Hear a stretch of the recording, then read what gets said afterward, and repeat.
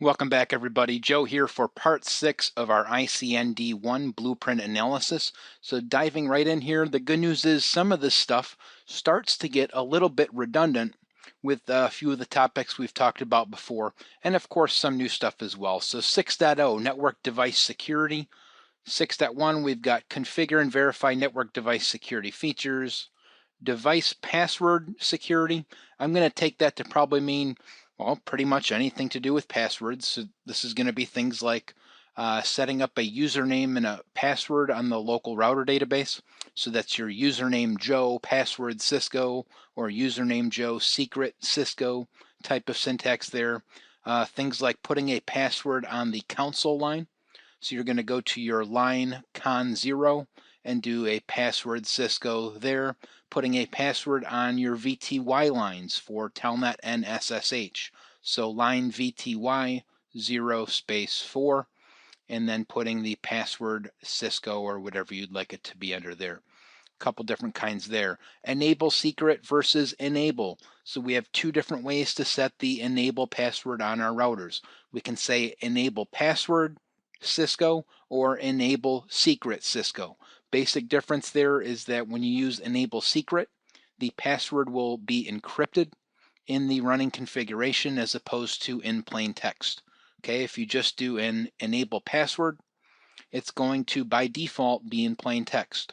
Now, if you do enable password, and then in addition to that, you use the service password encryption command, okay, it will encrypt it, but it will use a very weak encryption cipher, so it's still not as good as using enable secret. So that's your basic difference there. Transport security, how do you disable Telnet, and how do you enable SSH? This basically comes down to, or at least disabling Telnet under your VTY lines. You're simply going to say transport input SSH instead of transport input telnet or transport input telnet SSH.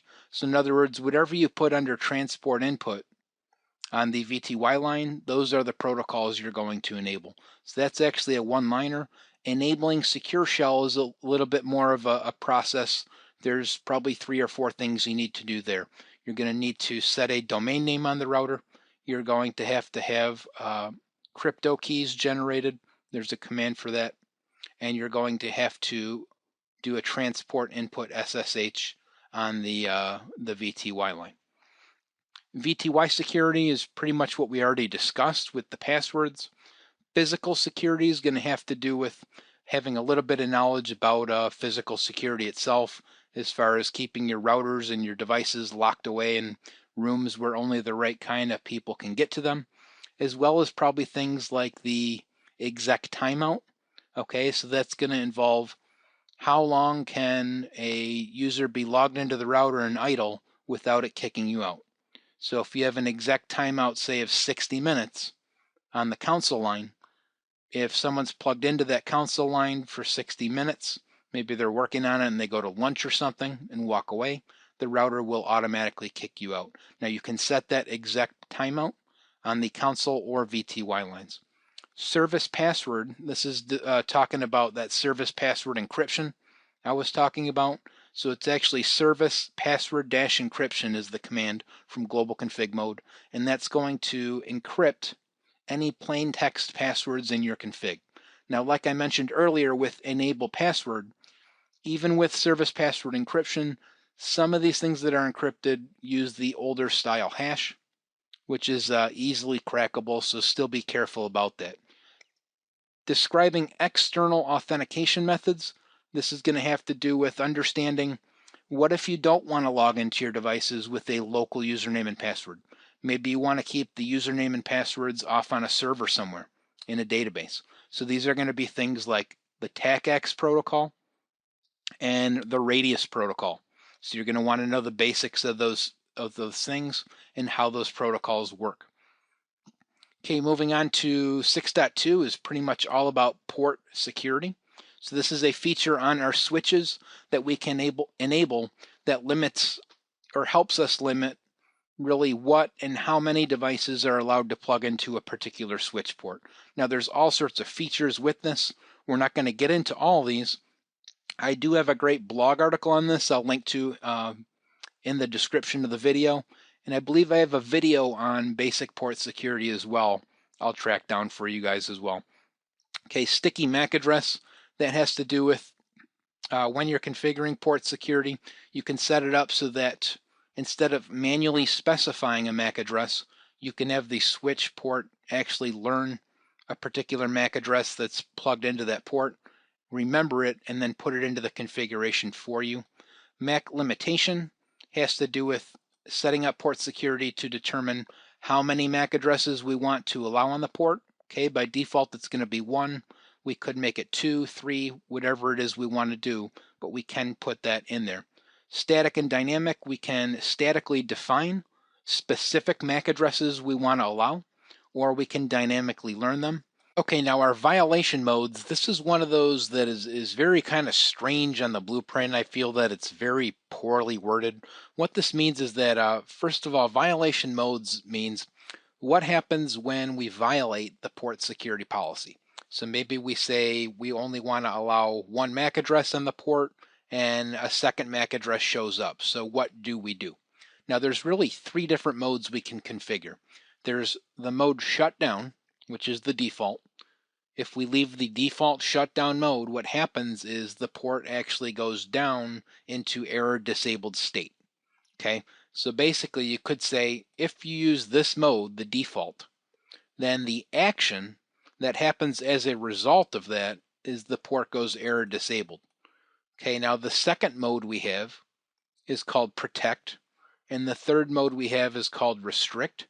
So it's very kind of strange to me why they have these separated out and why they have these 2 on the same line, because they're different things.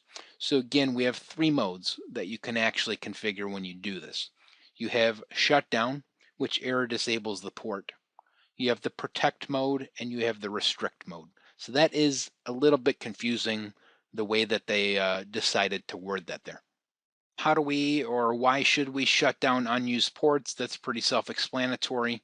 Error disabled recovery has to do with, okay, if we violate the port security mode and the port goes error disabled, are we just screwed? Do we have to wait for that user to call the help desk and then manually go in and bring his port back up? Or is there maybe a better, more automated way? And of course the answer is yes. And the answer to that is error disabled recovery. So we can tell the switch, after so many minutes, if you went error disabled due to a port security violation, go ahead and automatically bounce the port and bring it back up. Why should we assign unused ports to unused VLANs? This has to do with just general security, okay? So that if we're not using a port, we want to have it shut down and in a VLAN that really goes nowhere, so that if that port is compromised, the attacker really isn't gaining anything. And then using a VLAN other than, or using a native VLAN other than the default VLAN 1 is also a good standard security practice.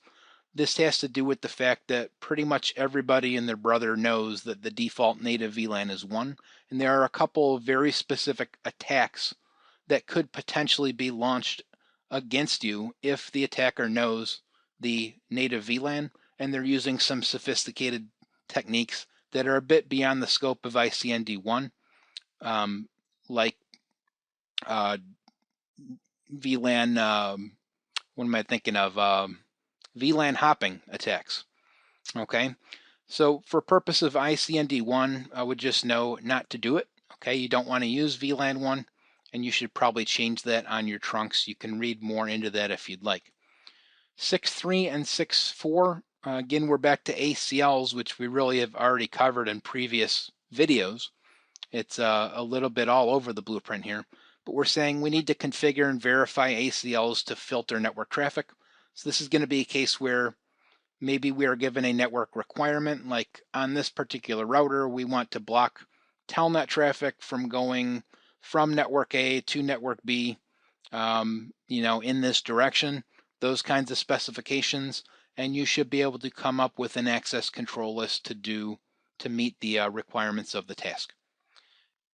Okay, then finally we've got 6.4 here, configure and verify ACLs to limit telnet and SSH. So this has to do with really limiting who are we going to allow to remotely access our router via Telnet and SSH, and there's a couple different steps. First of all, you're going to write an access control list, and in the access control list, you're going to have a permit statement for any networks you want to permit access to, and a deny statement for any you want to deny. And then you're going to apply that access control list to the VTY line with the access-class command. Okay, so again, you write the ACL, then you apply the ACL with the access class command. And that's about it here for 6.4. Thanks everybody for watching. If you like the videos, go ahead and subscribe to the channel. Check out the blog at AskRenoNetworks.com, or you can follow me on Twitter at JAskReno. Again, thanks everyone for watching, and everyone have a great night.